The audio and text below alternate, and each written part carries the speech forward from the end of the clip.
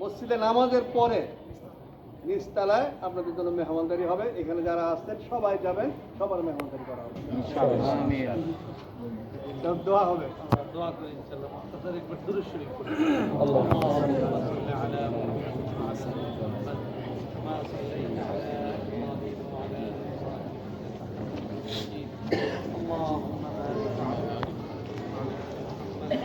كما باركت على إبراهيم وعلى آل إبراهيم إنك حميد مجيد سبحان الله وبحمده سبحان الله العظيم اللهم صل على سيدنا ومولانا محمد وعلى آله وأصحابه وبارك وسلم ربنا تقبل منا إنك أنت السميع العليم وتب علينا يا مولانا إنك أنت التواب الرحيم اللهم اغفر لنا فإنك خير الغافرين وارحمنا فإنك أرحم الراحمين واهدنا ويسر الهدى لنا ونجنا من القوم الظالمين يا رب العالمين يا أكرم الأكرمين يا أرحم الراحمين এখানের মুরব্বিয়ান গ্রাম ছোট ভাইরা অত্যন্ত স্বতঃস্ফূর্ততার সাথে সুন্দর আয়োজন করেছে। পরবর্তীগার আপনি তাদেরকে আয়োজকদেরকে আপনি জাযায়ে খায়ের দান করুন। পরবর্তীগার সামনে নির্বাচন, জাতীয় নির্বাচন অত্যন্ত গুরুত্বপূর্ণ একটি বিষয়। পরবর্তীগার এই এলাকায় আমরা একজন যোগ্য প্রার্থী পেয়েছি, আপনি আপনার কুদরতি সাহায্যের দ্বারা তাকে এই এলাকার অভিভাবক আপনি মনোনীত করে দিন। পরবর্তীগার আমরা সকলে মিলে যেন তার পিছনে থাকতে পারি। পরবর্তীগার আমরা আমাদের ভোটাধিকার প্রয়োগের মাধ্যমে এরকম একজন যোগ্য আলেমে দ্বীন অভিভাবক যেন আমরা এই এলাকার জন্য মনোনীত করতে পারি। পরবর্তীগার আমাদের সকলকে সেই তৌফিক দান করুন। পরবর্তীগার অত্যন্ত সুন্দর, পরবর্তীগার নিরাপদ পরিবেশে যেন নির্বাচন সম্পন্ন হয়। ইয়া আল্লাহ, আপনি সেই রকমের পরিবেশ বজায় রাখবার তৌফিক দান করুন। পরবর্তীগার আমরা যারা আমাদের ভোটাধিকার প্রয়োগ করব, পরবর্তীগার কেউ যেন এই ভোট চিন্তাই করতে না পারে। পরবর্তীগার আমাদেরকে সেই নিজেদের ভোটকে রক্ষা করবার মতো হিম্মত দান করুন।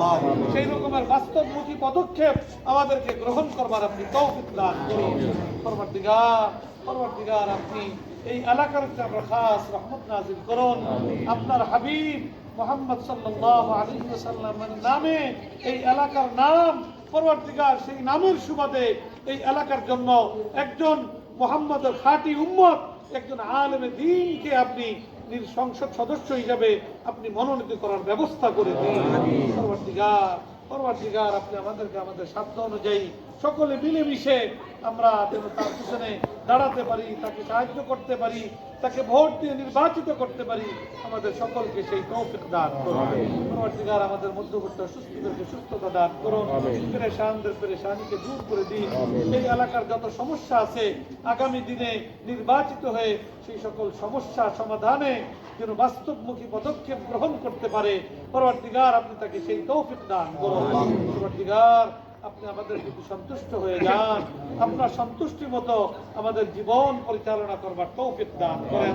আমাদের সকলের দোয়াকে আপনি কবুল করুন। সুবহান রাব্বিকা রাব্বিল ইজ্জাতি আম্মা ইয়াসিফুন ওয়া সালামুন আলাল মুরসালিন ওয়ালহামদুলিল্লাহি রাব্বিল আলামিন। আলহামদুলিল্লাহি রাব্বিল আলামিন والصلاة والسلام على سيد المرسلين وعلى آله وأصحابه أجمعين أما بعد قال الله تبارك وتعالى وأن ليس للإنسان إلا ما سعى صدق الله العظيم الحمد لله ত্রয়োদশ জাতীয় সংসদ নির্বাচন খুবই নিকটবর্তী।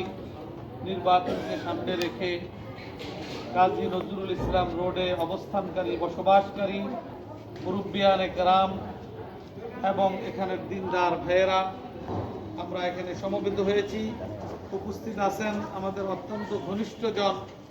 অনেক পূর্ব থেকে আমরা পারস্পরিক নিজেদের মধ্যে একটা গভীর সম্পর্ক, আবার নিকট অতীতে আমাদের সাথে আত্মীয়তার সম্পর্ক হয়েছে।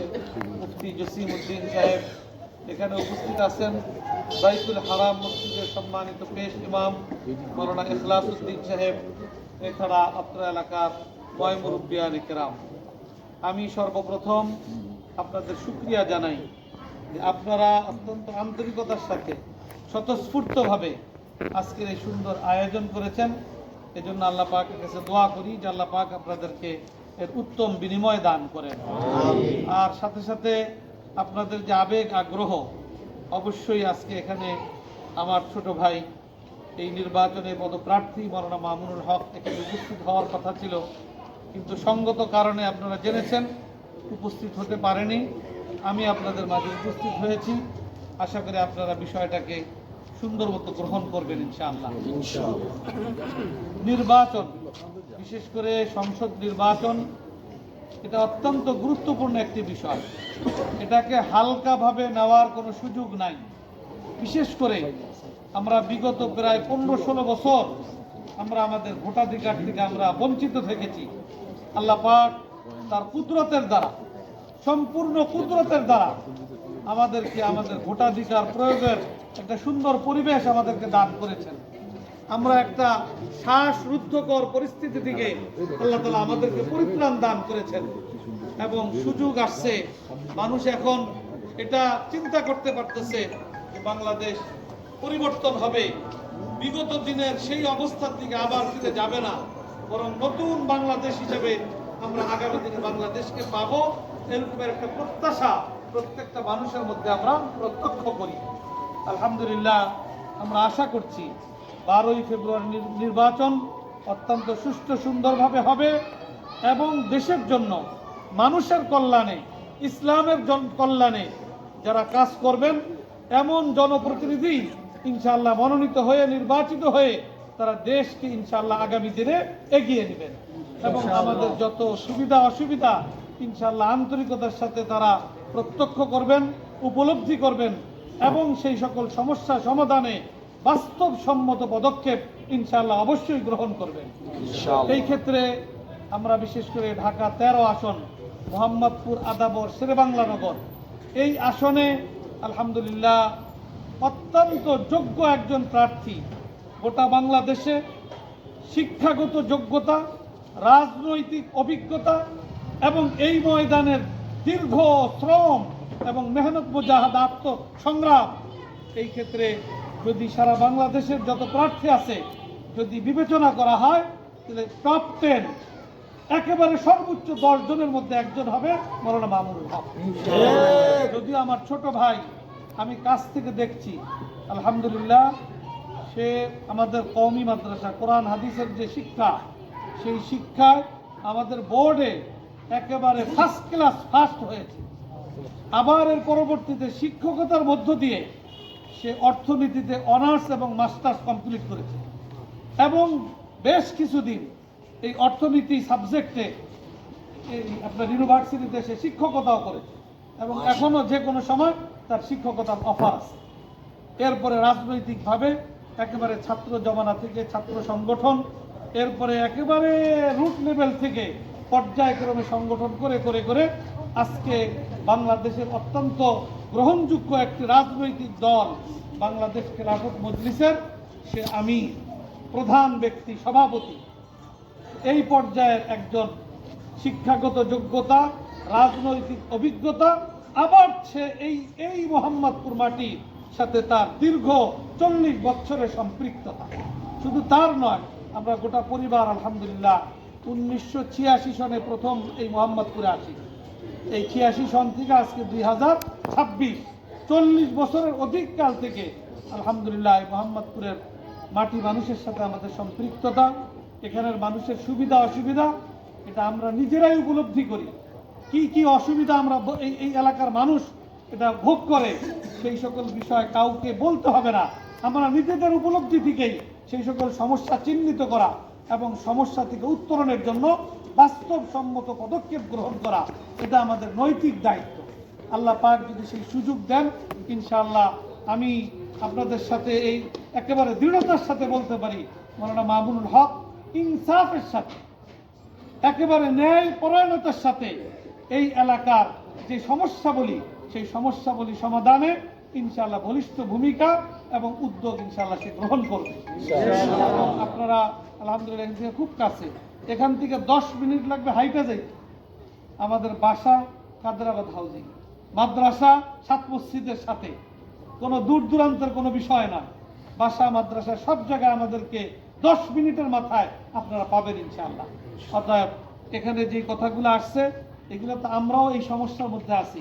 রাস্তার সমস্যা, হ্যাঁ, এরকমভাবে পরিচ্ছন্নতার সমস্যা, নিরাপত্তার সমস্যা এবং মাদক ইত্যাদির সমস্যা।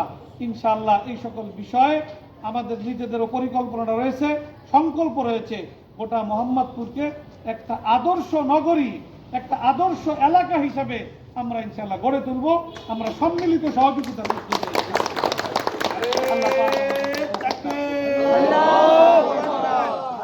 আসনে কোনো মার্কা আছে? লালমাটিয়াতে কোনো মার্কা আছে? ওই সেই মার্কা, জুড়ে বলো সবাই বলো, তালে তালে নজরুল ইসলাম রোডে লালমাটিয়ায় সবাই বলে বাড়িওয়ালার ভাড়াটিয়ার গাড়িওয়ালার সবাই বলো সংসদে যাবে এবার, দেখা যায় সংসদে। আলহামদুলিল্লাহ, আমাদের বাংলাদেশের মানুষ সারা পৃথিবীর বিবেচনায় আমাদেরকে আল্লাহ তাআলা বিভিন্ন দেশে যাওয়ার, বারবার হল তোমরা একত্রিত যাওয়ার, যেখানে সারা পৃথিবী থেকে মানুষ আসে এবং অনেক মানুষের সাথে বিভিন্নভাবে আলোচনা পর্যালোচনা করবার সুযোগ আল্লাহ তাআলা দিয়েছেন। আমরা দেখি আমাদের বাংলাদেশের মানুষ ব্যাপকভাবে ধর্মপরায়ণ।